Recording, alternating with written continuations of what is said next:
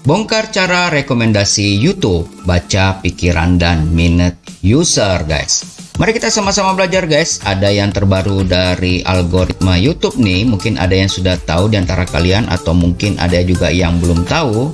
Kami menginformasikan ini ada sebuah penyampaian bagaimana sistem YouTube bisa membaca pikiran para penontonnya guys, termasuk kita semua nih, dan mengetahui minat usernya. Sebuah sistem yang sangat canggih ya. Bagaimana sih sistem kerjanya? Kita simak penjelasannya. Namun sebelumnya, jangan lupa klik subscribe, klik share, aktifkan tombol lonceng, dan berikan komentar kalian di kolom komentar ya guys.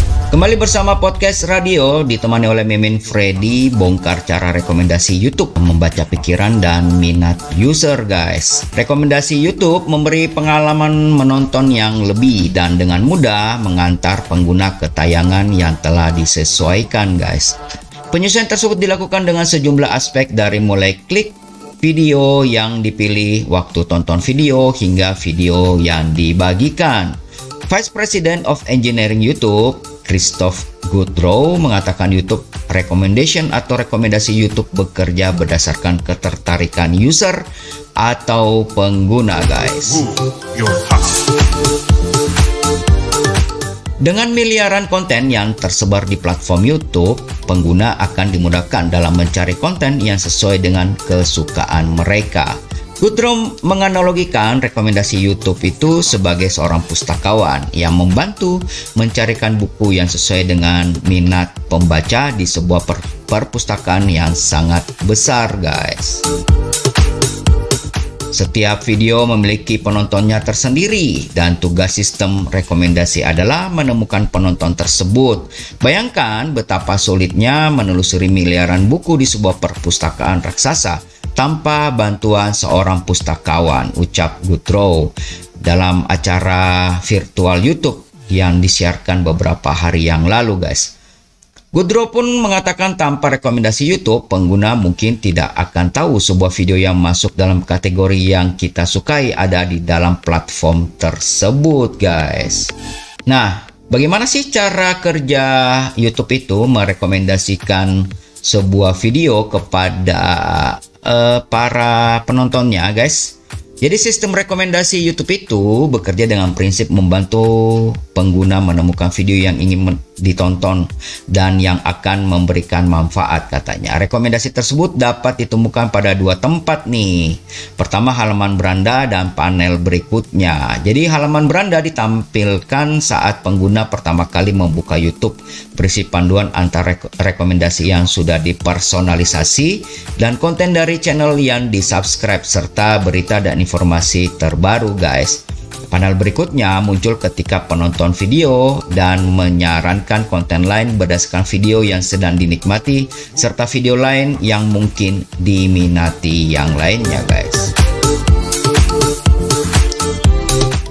Rekomendasi YouTube dibangun dengan pemahaman bahwa setiap orang memiliki kebiasaan menonton yang unik guys. Selanjutnya, sistem akan membandingkan kebiasaan menonton pengguna dengan penonton lain yang serupa dan menggunakan informasi tersebut untuk menyarankan konten lain yang mungkin ingin pengguna tonton. Jika pengguna menyukai video olahraga tenis dan sistem merekomendasikan mengenali bahwa penonton yang suka menonton video olahraga tenis juga mungkin menyukai video musik jazz, maka pengguna mungkin akan diarahkan untuk melihat rekomendasi video musik jazz juga guys. Meski begitu, Goodrow mengatakan pihaknya memahami bahwa tidak semua orang ingin selalu membagikan informasi ini kepada YouTube. Maka dari itu, YouTube menyediakan kontrol untuk membantu pengguna menentukan seberapa banyak data yang ingin diberikan. Pengguna dapat menjeda, mengedit, atau menghapus history penelusuran atau tontonan YouTube kapan saja guys. Bagaimana sih YouTube itu merekomendasikan pengumpulan data? Jadi YouTube itu mengumpulkan data dengan sistem rekomendasi terus berkembang dan belajar setiap hari dari 80 miliar lebih keping informasi yang dinamakan sinyal. Nah, di sini nih YouTube mengumpulkan data dengan sinyal tersebut. Jadi untuk melakukan personalisasi terhadap rekomendasi yang diberikan kepada tiap pengguna guys. Sinyal tersebut terdiri dari klik, waktu tonton, respon survei, berbagi video, suka video, dan tidak suka video guys. Oke, kita akan bahas satu-satu mulai dari klik nih. Pada mulanya, sinyal yang digunakan untuk membantu sistem rekomendasi berkembang hanyalah klik. Namun ternyata tidak semua video yang diklik pengguna akhirnya bisa ditonton. Dan dirubahlah mulai pada tahun 2011, disadari bahwa video yang diklik belum tentu benar ditonton, ucap Goodrow. Makanya tahun 2011 itu dirubah sistemnya. Kemudian 2021 YouTube menambahkan waktu tonton sebagai salah satu sinyal yang membantu pembelajaran rekomendasi YouTube tersebut guys. Bagaimana dengan waktu tonton? Saat pertama kali menyertakan waktu tonton ke dalam sistem rekomendasi, jumlah penayangan di platform YouTube langsung turun drastis guys, hingga mencapai 20%, karena ini adalah salah satu algoritma yang direkomendasikan itu waktu tonton. Meski begitu, Goodrow mengatakan pihaknya yakin bahwa memberikan manfaat yang lebih besar kepada penonton itu lebih penting. YouTube menyadari tidak semua waktu tonton itu merupakan sinyal. Beberapa orang terkadang menonton sembarang video pada waktu luangnya, bahkan hingga larut malam guys. Padahal jika rekomendasi menunjukkan video yang bermanfaat, mungkin video tersebut yang akan ditonton. Hal tersebut membuat YouTube menambahkan respon survei ke dalam sistem rekomendasinya. Nah, kita akan bahas nih mengenai respon survei rekomendasi dari YouTube ini guys ya. Jadi respon survei dimasukkan ke dalam sistem rekomendasi untuk memastikan pengguna benar-benar puas dengan waktu tonton yang mereka luangkan pada setiap tayangan guys. Dalam survei tersebut, pengguna diminta memberikan penilaian 1 hingga 5 bintang pada tayangan yang ditontonnya untuk menentukan kepuasan pengguna. Kemudian pada penilaian 1 dan 2 bintang, pengguna akan ditanya alasan memberikan penilaian rendah. Begitu juga dengan 4 dan bintang 5, pengguna akan ditanya alasannya kenapa mereka memberikan bintang 4 dan bintang 5. Meski begitu, tidak semua pengguna mau meluangkan waktunya untuk mengisi survei tersebut. Maka dari itu, YouTube menambahkan fitur berbagi, suka dan tidak suka ke dalam sistem rekomendasi YouTube guys.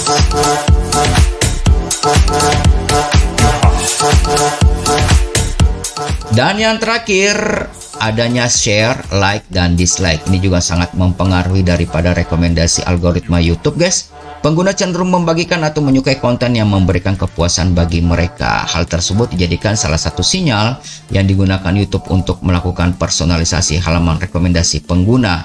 Kemudian pengguna juga cenderung memberi dislike dan tidak membagikan konten yang menurut mereka kurang bagus.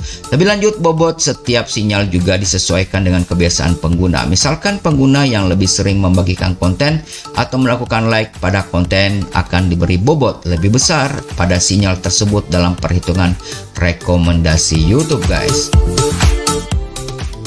Bobot setiap sinyal di atas bergantung pada Anda. Jika Anda tipe orang yang suka membagikan video apapun yang ditonton, termasuk yang ratingnya 1 atau 2 bintang, sistem kami tidak akan memberikan bobot terlalu besar pada penilaian Anda saat rekomendasi konten, ucap Goodrow. Kesemuanya ini adalah alasan mengapa sistem kami tidak mengikuti sebuah formula baku, melainkan berkembang dinamis seiring perubahan kebiasaan Anda menonton pangkasnya. Itulah yang disampaikan dari Vice President YouTube guys, Bapak Goodrow. Semoga paparannya ini katanya dapat memberikan rekomendasi kepada kalian semua dan memahami bagaimana sistem YouTube bekerja, dan bagi para konten kreator dapat juga memahami sistem tersebut guys. Baik, demikian guys podcast kita hari ini. Bagaimana bongkar cara rekomendasi YouTube, membaca pikiran dan minat usernya.